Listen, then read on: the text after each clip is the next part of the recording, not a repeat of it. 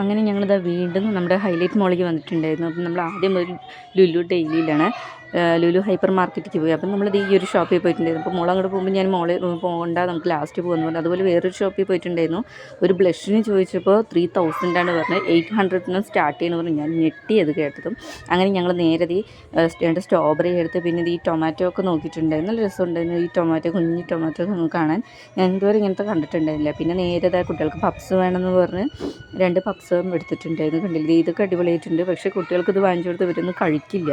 പിന്നെ വെറുതെ കളയാൻ വേണ്ടിയിട്ട് വേണ്ടാന്നും പറഞ്ഞിട്ട് കുട്ടികൾക്ക് 2 ഡോണറ്റ് വാങ്ങിച്ചു കൊടുക്കാമെന്ന് പറഞ്ഞാൽ കുട്ടികൾക്ക് 2 ഡോണറ്റ് വാങ്ങിച്ചു കൊടുത്തു. രണ്ടിൽ അപ്പോൾ കുട്ടികൾക്ക് അവിടെ നിന്ന് തന്നെ കഴിക്കണം പറഞ്ഞപ്പോൾ ഞാൻ വീട്ടിൽ പോയി കഴിക്കാമെന്ന് പറഞ്ഞ് പാക്ക് ചെയ്യാൻ പറഞ്ഞു. അത് കഴിഞ്ഞത് നമ്മൾ നമ്മുടെ മീൻ കുട്ടന്മാരിനെ കണ്ടിട്ടുണ്ടായിരുന്നു. നമ്മൾ കഴിഞ്ഞ തവണ പോയപ്പോൾ ഒരു മീൻ എടുത്തിട്ടുണ്ടായിരുന്നു, ഫൈറ്റർ.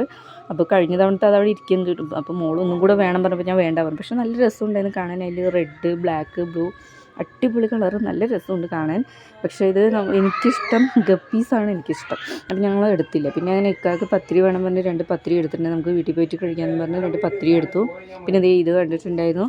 പിന്നെ ഇക്കാക്ക് 2 ഫ്രഷ് ഗ്രേപ്പ് ജ്യൂസ് എന്ന് വേണം പറഞ്ഞ് 2 ഫ്രഷ് ഗ്രേപ്പ് ജ്യൂസ് വാങ്ങിച്ചിട്ടുണ്ടായിരുന്നു.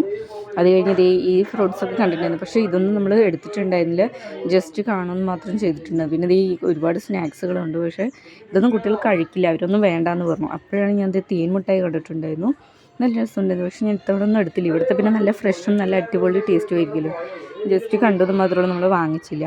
പിന്നെ ഈ കണ്ടില്ലേ നമ്മുടെ ഈന്തപ്പഴം അടിപൊളിയായിട്ടുണ്ട് കാണാൻ. നല്ലൊരു ഭംഗിയുണ്ട് കാണാൻ തന്നെ. അവർ വെച്ചിരിക്കുന്നത് കാണാൻ തന്നെ അടിപൊളിയാണ്. പിന്നെ നമുക്ക് ഇനിയിപ്പോൾ നോമ്പ് വരികയാണല്ലോ, അപ്പോൾ നോമ്പിന് എടുക്കാമെന്ന് പറഞ്ഞ് ഞാൻ പിന്നെ എടുത്തില്ല. പിന്നെ നമ്മൾ പിയേഴ്സ് എടുത്തിട്ടുണ്ട്. ഇതിനൊക്കെ ഓഫർ ഉണ്ടായിരുന്നു. പിന്നെ കഴിഞ്ഞ തവണ നല്ല ഓഫർ ഉണ്ടായിരുന്നു. ഇത്തവണ ഓഫറുകളൊക്കെ കുറവാണ്. ഇതിൻ്റെ പാർട്ട് 2 ഉടനെ ഇടാം.